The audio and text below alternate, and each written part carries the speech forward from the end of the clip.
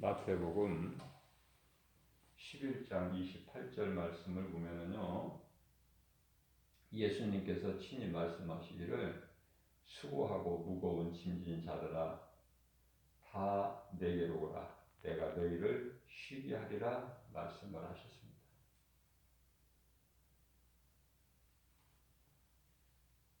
예수님께서 다윗을 통하여 고백하게 한 것이 시편의 90편 10절 말씀이죠.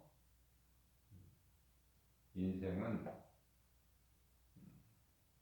그 수명이 70이요 강간하면 80이라도 자랑할 것이 없으면 수고와 슬픔뿐이라. 그리고 그 세월이 날아가는 것 같다 이렇게 말씀하고 있습니다. 다윗은 그리스도께서 성육신 인간의 몸으로 아담의 모양으로 오시기 천년전 시대를 살았던 인물이죠. 예수님이 오시기까지 이 세상은 어둠이었고 그리고 수고와 슬픔. 그러니 얼마만큼 인생의 삶이 고단하고 힘든다는 거 우리 예수님이 잘 아시고 계셔요. 그래서 오늘 본문 말씀이 수고하고 무거운 짐진 자들아 다 내게로 오라 내가 너희를 쉬게 하리라. 평강의 왕으로 오셨어요. 우리에게 쉼을 얻게 하시는 평안을 주시는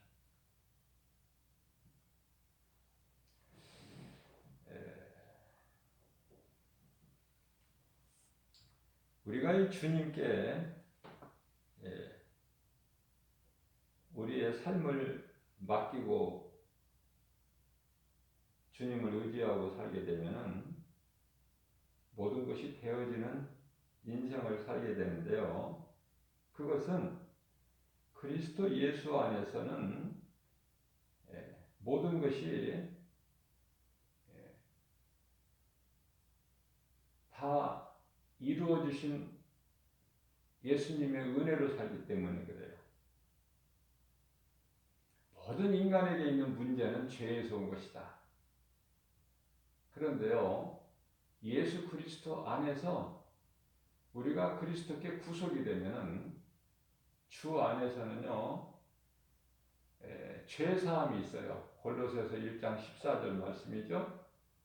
그렇기 때문에 모든 문제가 죄에서 오는데 이 죄 문제가 해결되어 버린 거 아닙니까? 예수님의 음성을 듣고 예수님께 나오면 되는 거다. 예수님 밖에는 어둠이에요. 그리고 죄가 그대로 있어요. 죄 아래에 있기 때문에 인생이 살아가는데 힘들 수밖에 없고 수고와 슬픔뿐이고, 그러나 그리스도 예수 안에 있는 자는요 감사가 있고 기쁨이 있어요. 항상 육체는 약하지만은 몸은 약하지만은 영혼은 새롭다. 이와 같이 기쁨이 있고 평안한 것은 성령이 나와 함께 계시기 때문에 그래요.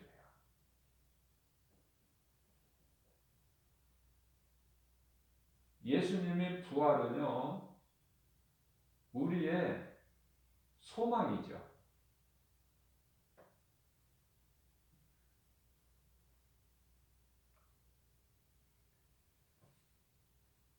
그리스도께서 달리신 십자가는 정말 이루 말할 수 없는 고난이지만은 그 고난을 통해서 우리 예수님이 부활하셨기 때문에 인류 역사상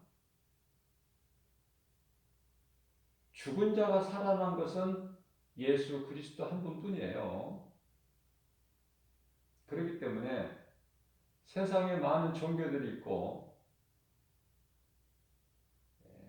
자기가 구원자라는 사람들이 많지만은 구원자는요 죽었다가 살아나야 돼. 이건 하나님의 법칙이에요. 방법이고 하나님의 뜻이고 창조주. 죽었다 살아난 이는 예수 그리스도 한 분뿐이니 그 이외의 모든 자들은 다 피조물로 우상이죠. 그것을 믿고 따르고 섬기는 자는 우상 숭배자고,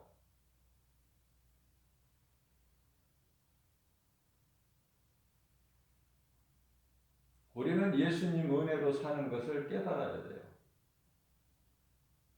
육신의 자아가 깨트려질 때 예수님의 은혜를 누릴 수가 있어요.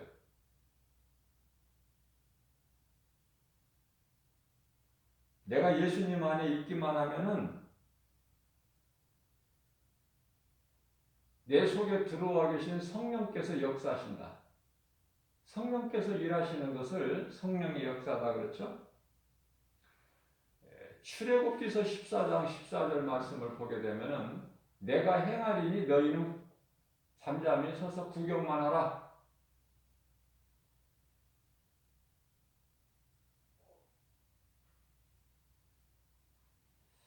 마치 새끼 송아지가 어미 소 곁에서 따르기만 할 뿐이지 일은 어미 소가 다 하죠.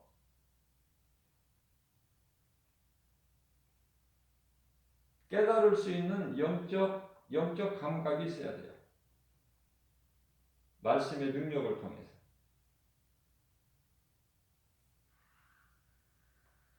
그리스도께서는 믿는 자들을 부욕해 하셨는데 어렵다는 사람들이 많아요. 왜 예수를 믿는데 어려울까? 그건 내가 아직 율법에서 죽지 않았기 때문에 그래요. 나그네 인생을 살지를 못하고 있다는 증거죠. 아직 내 힘으로 살려고 하죠. 주님께 맡기지를 못하고. 내가 주님께 맡길 때 주님을 의지하게 되거든요. 내가 주님께 맡기는 것이 없는데 주님께 의지할 것도 없죠.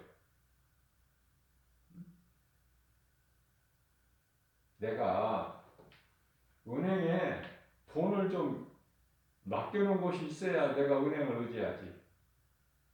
은행에 맡겨놓은 곳이 없는데 무슨 은행을 의지합니까? 은행이 나와 무슨 상관이 있어요? 내 것을 은행에다가 믿음으로 믿고 맡겼기 때문에 그 은행이 나와 상관이 있는 것이고 내가 그 은행을 의지하는 거 아닙니까? 주님께 맡긴 것이 있어야 내가 주님을 의지하게 된다. 주님을 의지하게 되면은요, 나는 나그네 인생을 살 수밖에 없어요.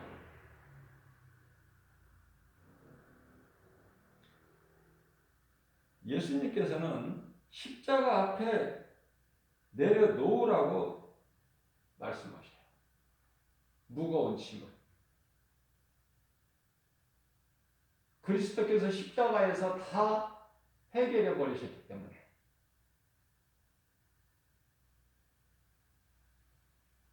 그리고 주님을 의지하라는 거 아닙니까?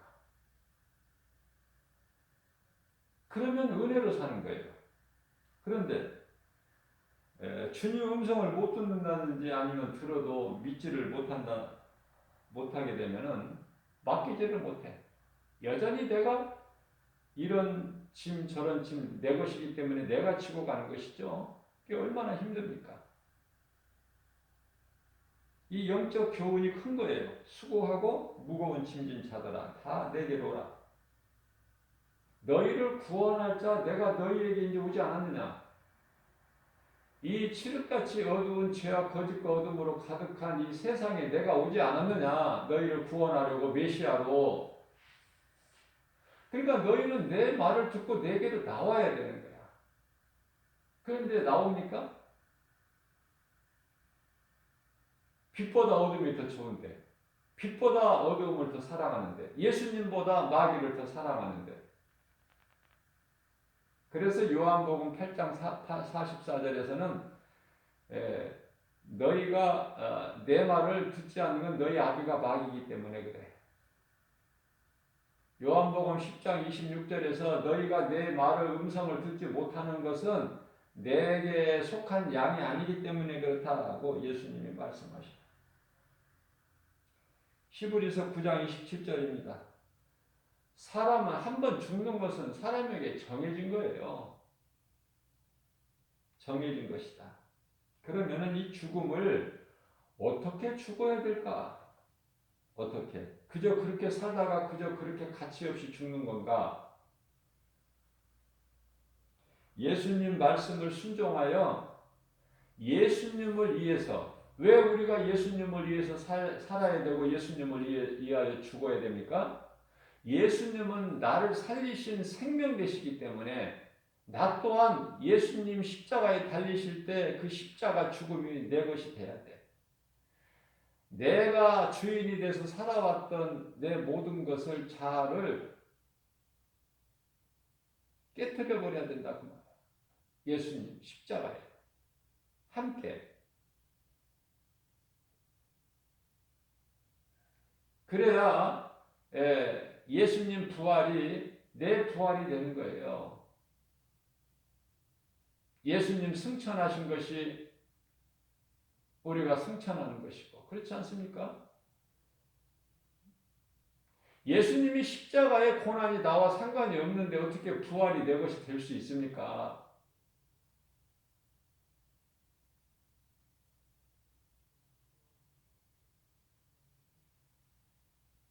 성경은 죽으라고 말씀하셔요. 너 자아를 죽어라. 내 신발을 벗어라. 내가 서 있는 곳 땅은 거룩한 곳이니 신발을 벗어라. 내 것을 내려놓으라는 거예요. 내 자아를 내려놓으라는 말씀 아닙니까?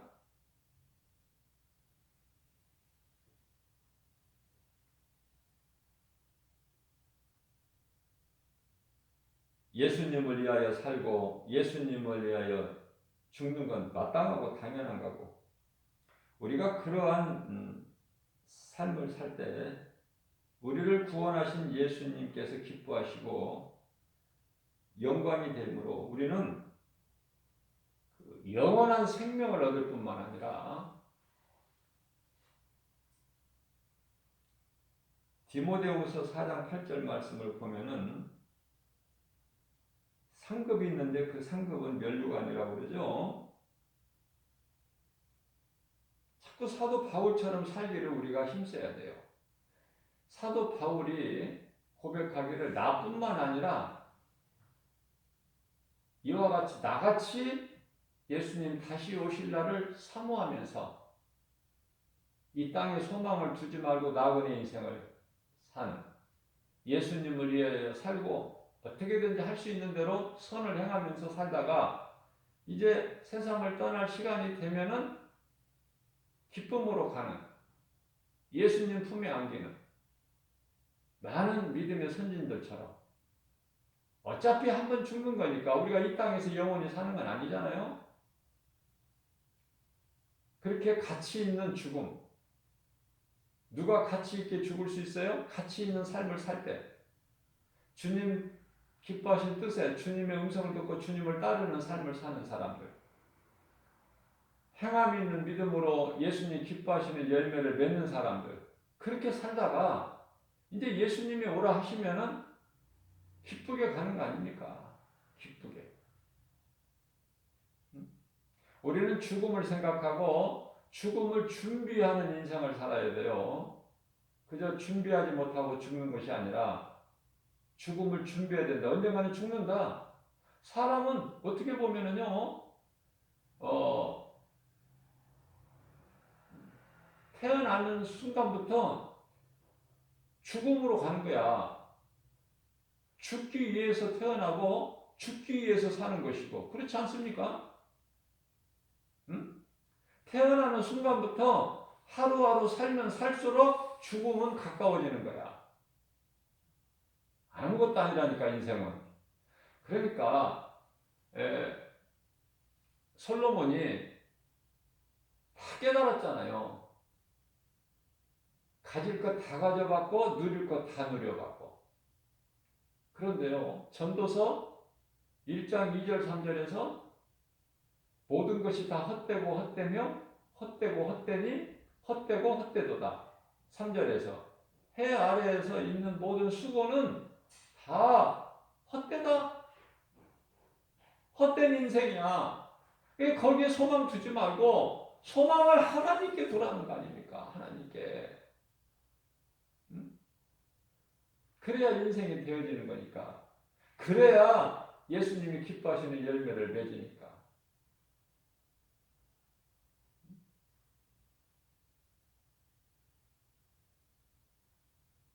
예수님의 음성을 아무나 들을 수 있습니까?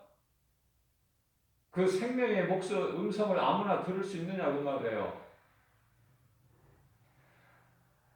하나님 아버지 집에 잃어버린 양들이 음성을 듣는 거야. 내 아버지 집에 잃어버린 양을 찾으러 오신 예수님이시니까. 복음이 들려줘야 된다니까요.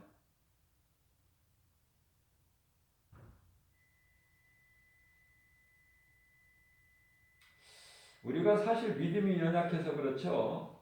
온전히 주님께 맡기기만 하면은 모든 것이 되어지고 해결되고 승리고 평안인데 우리가 다 어떻게 맡길 수 있어요? 예수님께? 그럴 믿음이 있나요? 우리에게?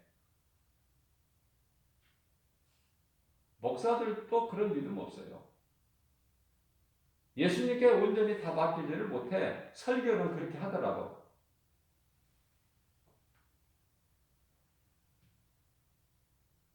우리가 예수님을 보기를 했나요?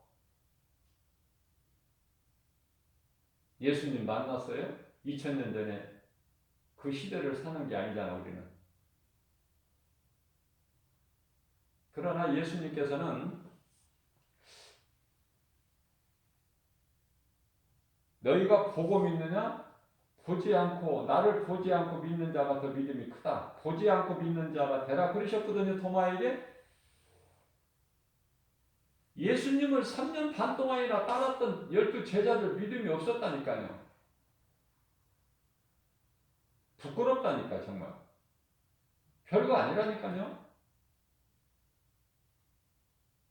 예수님께서 십자가 고난당하시고 성경대로 장사 지낸 바 되셨다가 3일에 부활하셔서 승천하신 이후에 이제 제자들이 그때 이제 믿어지는 거야. 예수님께서 가르쳐 주셨던 말씀이 생각나는 거 아닙니까? 성령을 통해서. 그러니까 성령을 받기 전에는 믿음이 없었어요. 아무 믿음도 없었어. 부활신앙도 없었고 예수가 그리스도라는 걸 안 믿었으니까. 예수가 그리스도시라는 걸 안 믿어지는 사람은 아무것도 안 믿어지는 거야. 그래서 예수님께서 부활하신 것이 인류 역사상 가장 크고 큰 축복이고 예수님이 부활을 안 하셨다면 아무것도 아닌 거예요. 믿음도 복음도 뭐 전할 것도 없고 예수님이 부활하셨기 때문에 그것도 우리를 죄 문제 해결하셨다는 증거로 로마서 4장 25절 말씀이죠. 우리의 죄를 예수님께서 십자가에 내어주신 바 되고 그리고 우리를 의롭다 하시기 위하여 그 증거 예수님 부활하시지 아니하시면 우리가 죄 문제가 해결됐다는 거 누가 증언합니까? 예수님께서 부활하시고 제자들에게 여러 번 보이시고 감람산에서 승천하신 이후에 성령이 오셨잖아요. 그래서 이 부활에 예수님께서 부활하신 증거가요. 가장 먼저는 하나님의 말씀의 능력이고 그 다음에는 우리가 육안으로 볼 수 있는 빈 무덤이죠. 그리고 세 번째는 성령 강림이다. 이게 이제 말씀을 통해서 깨달아지는 거예요. 스스로 누가 가르쳐 주는 것이 아니라, 누구에게 배운 게 아니라 성령의 감동으로. 그래서 우리는요, 이제 예수님이 오시기 전에 구약 시대를 살았던 믿음의 선진들처럼 율법 시대도 아니고 예수님이 오셔서 제자들과 함께 하셨던 그러한 신약 시대도 아니잖아요. 이제 우리는 성령 시대를 살고 있잖아요. 성령을 거부해버리면요, 모든 것을 다 거부해버리는 거야. 예수도 안 믿고, 예수를 그리스도로 안 믿고, 하나님의 아들로 이 땅에 오신 예수도 안 믿고, 십자가에 예수 그리스도께서 십자가에 달리신 예수가 그리스도라는 것도 안 믿고, 다시 살아나신 것도 안 믿고, 승천하신 것도 안 믿고, 다시 오실 메시아 그 언약도 안 믿고, 아무것도 안 믿어져요. 그렇기 때문에 마태복음 12장 31절 2절에서 말씀하시기를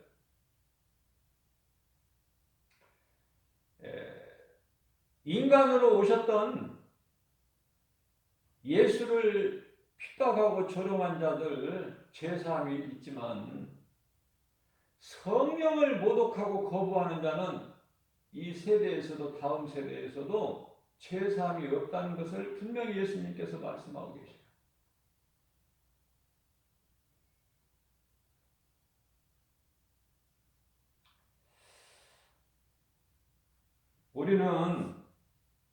우리가 죽으면은 죽으리라 그 믿음으로 예수님만 의지하게 되면은 모든 문제가 해결된다. 예수님께서는 이제 내가 다 율법을 이루었으니 너희가 이제 더 이상은 율법으로 살지 말고 내 안에서 은혜로 살라고 말씀하셔요.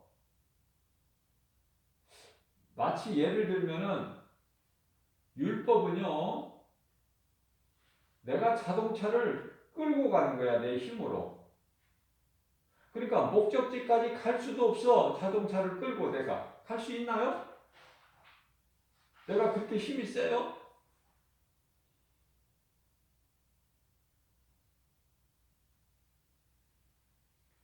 은혜는 자동차를 내가 내 힘으로 끌고 가는 것이 아니라 내가 운전하고 타고 가버리는 거야.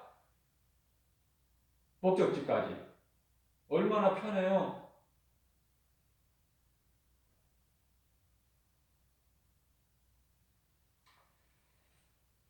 이와 같이 예수님께서 다 이루시는 주님의 은혜로 타고 가면 그토록 편하고 좋은데 그것을 은혜로 타고 가지를 못하고 끌고 간다면 그 인생길이 얼마나 그 무거운 짐이 되고 수고와 고통이 있습니까? 그것이 수고와 고통이 율법으로 사는 사람들의 삶이라니까요. 인생이 사는 것이 영적으로 크게 보면은 율법과 은혜예요. 율법과 은혜. 은혜로 사느냐, 율법으로 사느냐. 율법으로 사는 자는 죄 아래에 있어. 죄 아래. 그래서 내가 오늘 또 율법을 행해야 돼. 지켜야 돼요. 지키면 살고 안 지키면 죽고.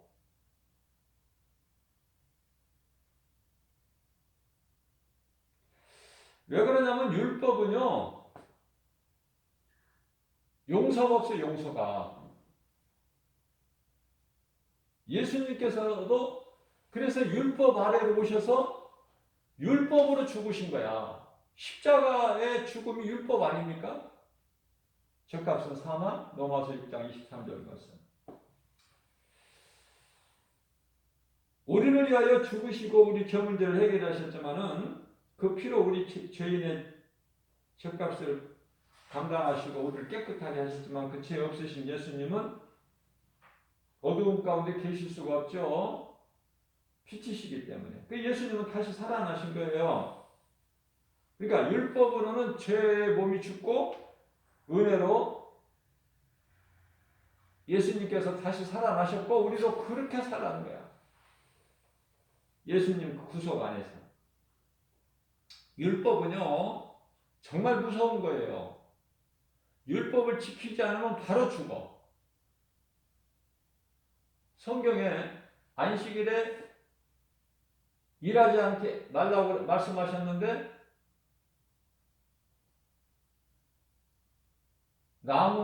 산에 나무하러 간 사람이 죽임을 당하죠. 무서워요. 용서가 없어요. 그냥 심판이고 그에 따른 형벌이 따라요. 형벌이. 그래서 율법에는 용서나 죄사함이 전혀 없다. 무섭다. 무서운 것이다. 율법은 하나님의 계명이잖아요. 그러니까 출애굽기서 20장 33절 20장 3절 이하 이 십계명 말씀하고 있는데요. 나 위에는 다른 신이 없다. 그러니까 다른 것을 피조물을 신으로 만들거나 섬기거나 그 앞에 절하지 마라. 내 이름을 망령되게 일컬지 말고 네 번째는 안식일을 기억하여 거룩하게 지키라. 이게 이제 하나님과의 관계예요. 4계명까지가. 그러니까 하나님이 아닌 다른 피조물을 신으로 섬기거나 그걸 만드는 자는 죽는다니까요. 하나님의 계명이기 때문에. 또한 또 안식일을 안 지키면 죽어요. 하나님의 이름을 망령되게 일컬지 말라고 그러는데 그거 어기면 죽어. 이게 이제 하나님과 인간과의 관계인데 4계명까지가. 그리고 나서는 이제 그 다음에는 5계명서부터는 사람과의 관계인데 가장 중요한 것은 눈에 보이는 하나님을 부모로 하나님께서 주신 거예요. 하나님은 눈으로 볼 수 없으니까 너희가 눈으로 볼 수 있는 것이 부모다. 그래서 5번째 계명은 사람에게 주신 관계에서 가장 큰 첫 그것이 내 부모를 공경하라. 부모 공경 안 하면 죽는 거예요.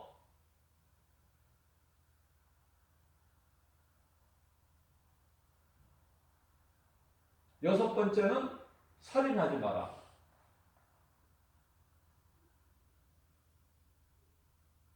살인하지 말라고 그랬는데 살인하는 사람들 죽죠. 간음하지 말라. 하나님 보시기에 가정하니까. 또 도둑질하지 마라. 9번째 계명이 내 이웃을 위하여 거짓 증거하지 마라. 10번째가 내 이웃의 것을 탐하지 마라. 내 이웃의 것을 탐하지 마라. 내 이웃의 남편이나 아내나 내 이웃에게 있는 어떤 짐승까지도.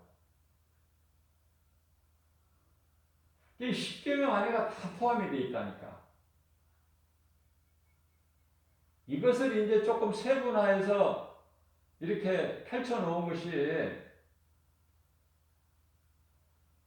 613가지가 되는 거 아닙니까? 율법이. 그래서 예수님께서 이렇게 하라 하신 것이 248개, 하지 말라고 금지하신 것이 365개. 그래서 613가지예요. 다 있어 그 안에 모든 것이. 자, 율법을 지키면은 살고 범하면은 죽는 거야. 그건 창조주 하나님의 법칙이니까. 누구도 범법을 못해. 용서가 없어요. 우리가 지키지도 못할 율법 왜 주셨을까 하나님께서?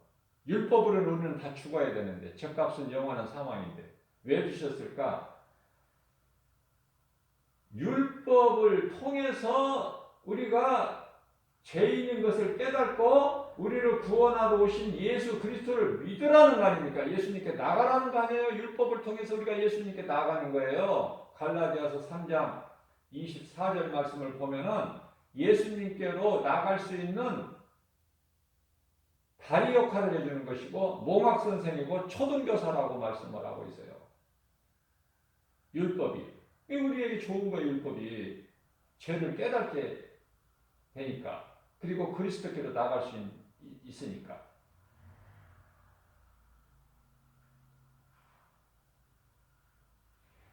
그렇기 때문에 율법으로는 의롭다 하심을 얻을 육체가 한 사람도 없어요. 그러니 사람이 어떻게 사람을 구원합니까? 죄 없으신 분은 예수 그리스도 한 분뿐이니 하나님의 아들 예수로 오셨다니까. 인간의 몸을 입고. 그래서 처음 사람 아담이 하나님께 범죄했기 때문에 실패한 아담이죠. 사망이 거기서 왔지 않습니까? 그래서 우리 예수님은 마지막 아담으로 오신 거예요. 나중 아담으로. 처음 아담은 이 아담이라는 건 사람이라는 뜻이에요. 그러니까 나중 아담, 마지막 아담으로 오신 분이 예수인데 인간으로 오셨다 그 말이에요. 아담의 모양을 가지시고 우리 죄 때문에 십자가에 달리시고 죽으시기 위해서 오신 거야. 우리를 살리시기 위해서.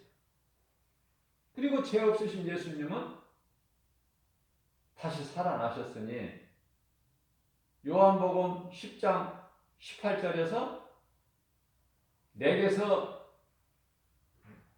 누가 빼앗는 자가 있는 것이 아니라 나는 스스로 내어줄 권세도 있고 다시 얻을 권세도 있다 하고 말씀하셔요. 예수님께서. 예수님이 힘이 없으셔서 잡히시고 십자가에 달리신 것이 아니라 우리의 죄로 십자가에 달리셔서 죄 문제를 해결해 주셨다. 우리의 죄로. 그 하나님 은혜 아닙니까? 나 같은 죄인을 살리신 예수님. 그리고 예수님은 우리를 의롭다 하시기 위하여 다시 살아나셨다고 말씀하시잖아요. 로마서 4장 25절에서. 갈라디아서 1장 4절과 갈라디아서 3장 13절에서 이 악한 세대에서 우리를 건지시고 사망에서 생명으로 옮겨 놓으시고 예수님 다시 살아나셨다. 그러니까 이제 우리에게 부활의 첫 열매가 되어주시잖아요. 예수님은. 누구든지 믿는 자 예수 그리스도 안에 있는 자는 이제 부활하게 돼요. 먼저 죽은 자들이 복이 있다니까. 왜냐하면 먼저 부활돼. 무덤에서 잠자는 자들이. 이 땅에서 그냥 오래오래 사는 것이 그게 복이 아니라 이 땅에 사는 동안에 주님 영광을 위하여 내가 빨리 이제 깨달았으면 주님 영광을 위하여 나를 살리신 생명 되신 예수님을 기쁘시게 하는 삶을 선을 행하는 삶을 살다가 이제 주님이 오라 하시면은 가는 거야.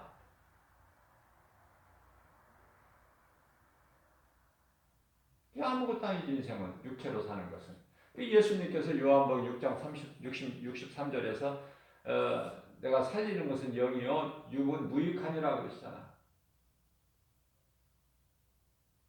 육은 없어진다는 것 뜻에서 영원한 생명이 없다는 뜻에서 무익하다는 것이고요. 이 땅에 우리가 사는 동안에 육이 얼마나 소중합니까? 우리 영혼이 살 수 있는 영원과 영혼이 자꾸 헷갈리죠? 발음이. 영원이 사는 영혼이 어디에 있어요? 우리 몸 안에 있잖아요.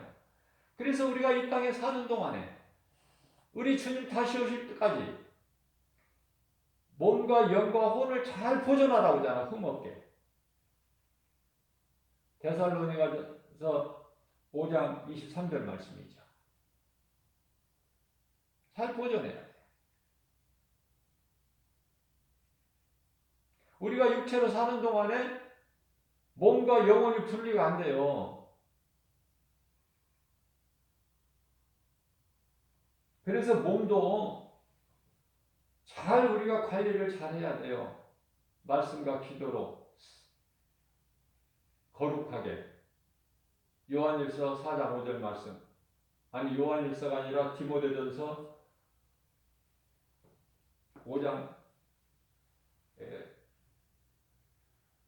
4장 5절 말씀이죠. 너희가 거룩하여지는 것은 오직 말씀과 기도다.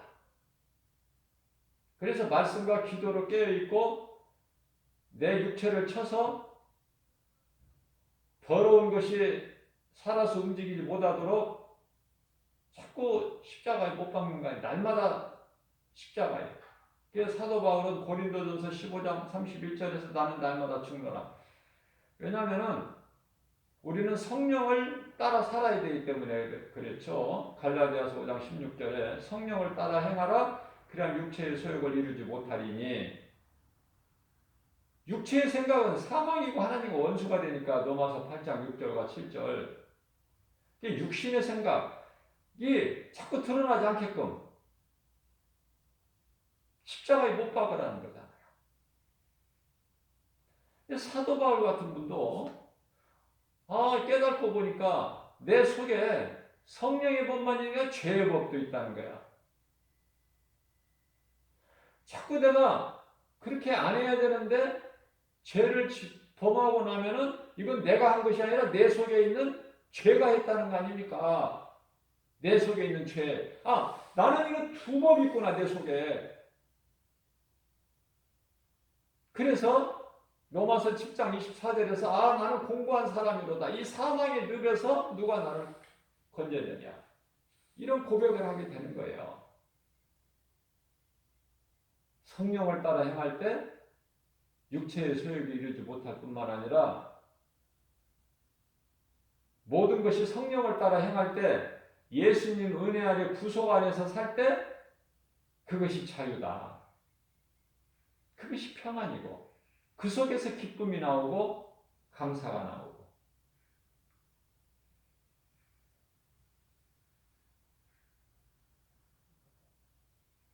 그렇기 때문에 율법으로는 의롭다 하심을 얻을 육체가 하나도 없으니 한 사람도 모든 문제는 죄에서 온 것이다.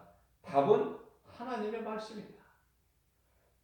모든 문제 해결되신 예수님께 나오면, 예수님 안에 있으면, 성령이 내 속에 들어와 계시면 모든 문제가 더 이상 문제가 되지를 않죠. 그렇기 때문에 원수 마귀 골리앗이 지하물이 강할지라도 다윗이 가지고 나간 것은 검과 창이 아니라 강철로 만든 쇠로 만든 것이 아니라 뭐예요? 하나님의 말씀, 여호와의 이름으로 나가. 예수 이름 권세로 나가니까 원수 마귀 골리앗이 그냥 거꾸로 지잖아요. 블레셋에서 전쟁에서 하나님의 언약궤를 이스라엘 백성들로부터 빼앗아갔는데 그것을 자기들의 신전에, 다곤 신전에 갖다 두니까 어떻게 돼요?